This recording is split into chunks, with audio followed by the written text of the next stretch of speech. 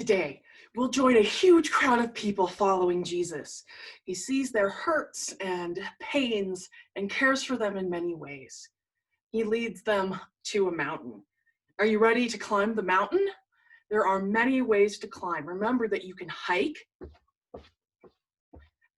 you can use ropes,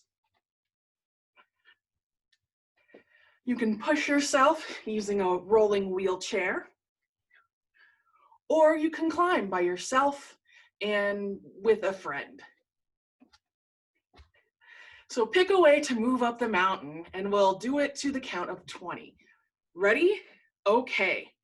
1, 2, 3, 4, 5, 6, 7, 8, 9, 10, 11, 12, 13, 14, 15, 16, 17, 18, 19, 20. Whew, we made it. Let's find a seat and settle our bodies after that climb. In your imagination, let's look around at all we can see.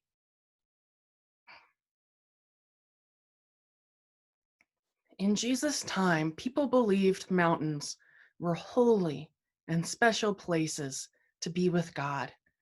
Maybe because they reach up so high into the sky. Let's reach up as high as a mountain.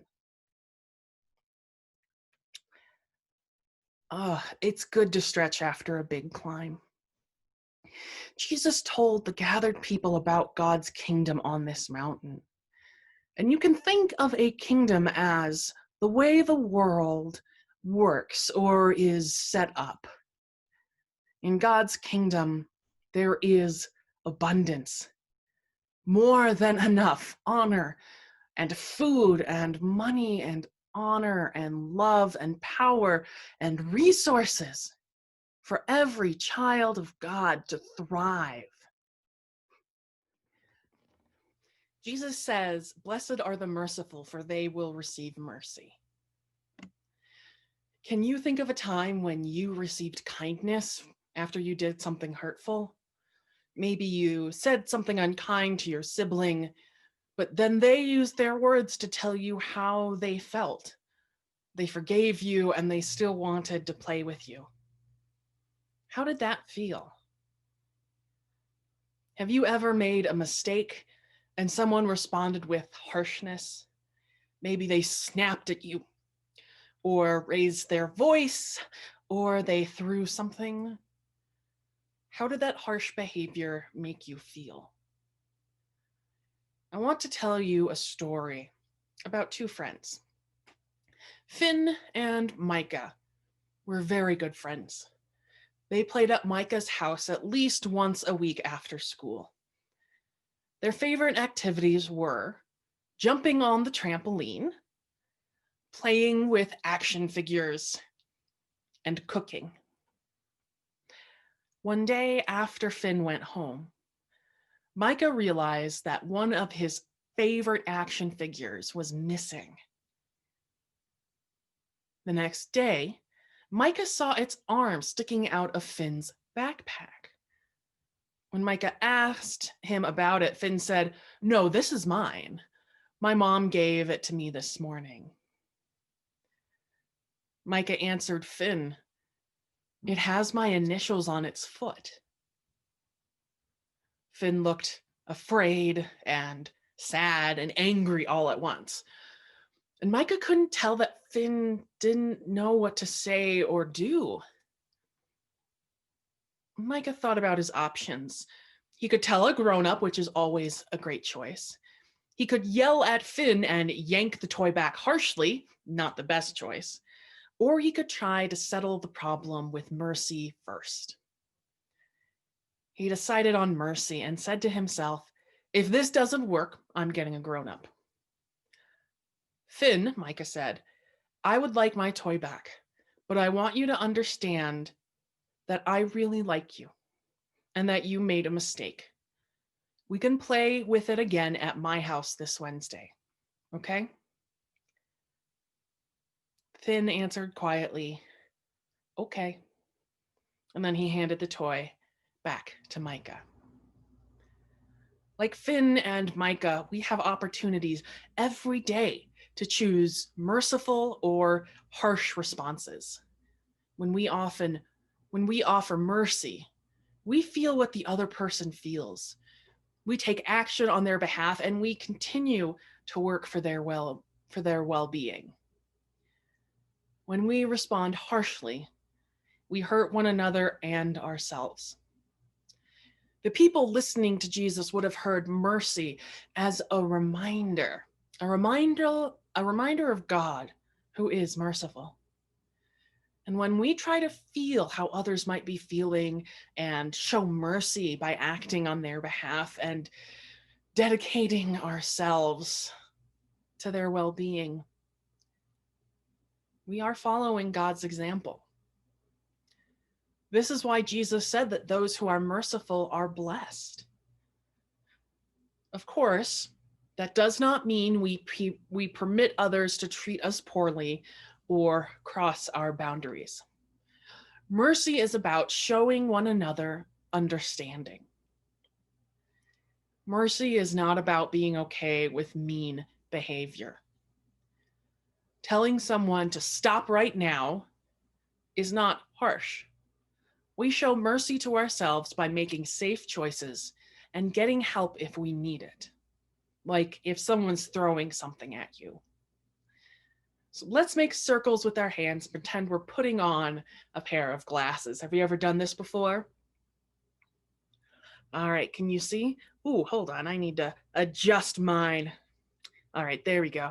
All right, does everyone have their glasses on? We're going to think of these as our mercy glasses. When we're wearing them, we look for instances of mercy all around us.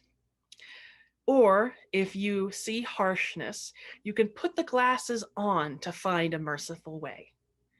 Everyone we meet is God's beloved child, someone who needs love, mercy, and help. And don't forget to look in the mirror with your glasses on too. This week, try to wear your mercy glasses as much as you can. And if you're in a situation where it's especially hard to show mercy to someone, you can always use your hands to put on your glasses and help you remember. Before we transition to our next activity, I would like to bless you. A blessing is something you receive, so hold out your hands. And if you receive the blessing, you can put it into your heart. So let's get ready to receive our blessing. You are blessed because God shows you mercy, and you are blessed to show mercy to others. Amen. Imagining, pause and discuss each question together. You can do this while coloring the coloring sheet if you'd like. When have you received mercy? How did your heart feel? Your body? When have you shown mercy to someone else? How did your heart feel? How did your body feel? Why is mercy important to Jesus?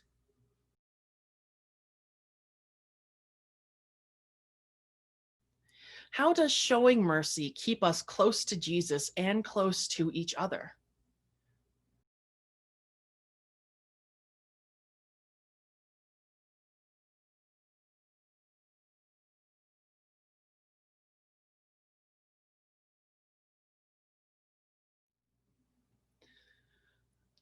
Look at the 4 scenes on this session's activity page or here on the video and ask some questions. What would a harsh response be to each situation? Who could be merciful in this scene with our glasses on? What could they do to show mercy? And after you think about or discuss each scene, draw one of these scenes or color in some mercy. Or you can use improv to role play the scene and act out your answers. What could you add to show mercy in the situation? A family is seated on an airplane. The toddler is crying, and everyone around looks tired.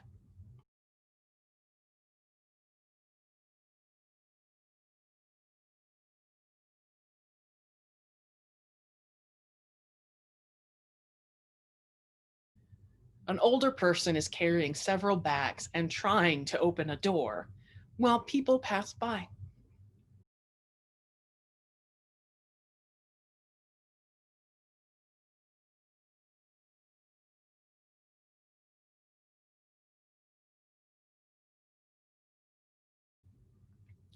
A younger sibling has broken a favorite toy of an older child.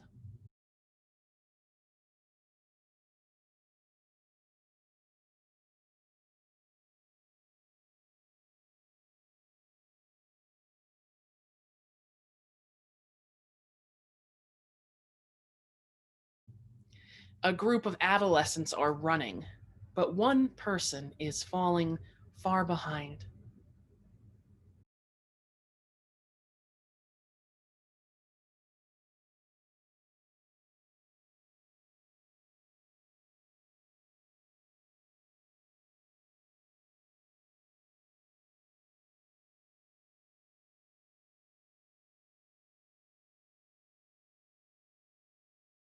Loving God, thank you for your mercy and unbreakable love,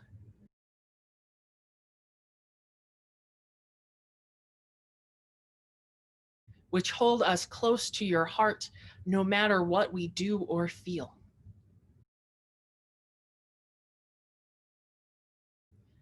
Please help us to be merciful this week.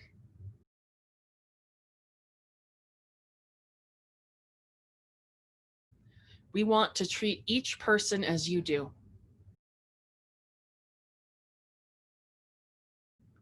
and show your mercy in all situations.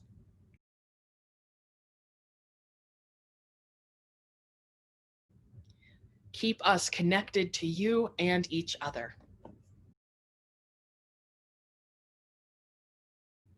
Amen.